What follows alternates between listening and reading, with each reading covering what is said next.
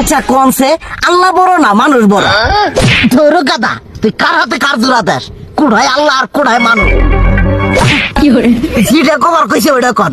আল্লাহ বড় না মানুষ বড়? আল্লাহই তো বড়। আল্লাহ বড়, তাহলে আল্লাহর কথা না হইনা মানুষের কথা শুনেন কে?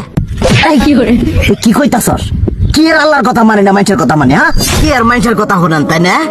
আমনে যে ওই দিনকে ডায়াবেটিসের রোগ নিয়ে যে হাসপাতালে গেলেন, ডাক্তার আপনার কত কিছু খাবার না করলো, সব কিছু না খাই এখন চলতেছেন।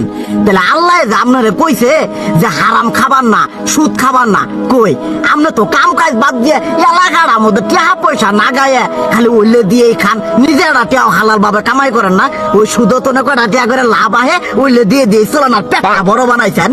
শুনেন একটা কথা কই, হারামের কোনোদিন আরাম নাই। হালাল পথে রুজি রোজগার করেন, প্রয়োজনে এরা বেলা কম খায়েন, তাও শরীর পিণ্ডও ভালো থাকবো, কোনো রোগ বেদও হবো না, আরামও পাবেন, আল্লাহও খুশি থাকবো। তুই আমার এইভাবে বুঝাবি আগে কইলি না কে? আসলে এই বিষয়টা তো আমি কখনো মাথায় এইভাবে নিইনি যে আমাদের কখনো ডাক্তার নিষেধ করলে ঠিকই আমরা নিষেধ মানি, কিন্তু উপর আল্লাহ যে কত কিছু নিষেধ করে দিয়ে সেটা মানি না। আর এই যে হারাম পথে টিয়া পয়সা কামাই করতেছেন, শরীরের মধ্যে দুনিয়া রোগ বেত হয়েছে, দেখা যাইতেছে যা টিয়া হারাম পথে কামাই করতেছেন তার তো বেশি টিয়া মনে করেন জ্বলেই যাইতেছে গা বেশি। আজকের পর থেকে আমি আর এই হারাম সুদ খামো না, আমি হালাল পথে চলবো, হালাল টাকা পয়সা ইনকাম করবো।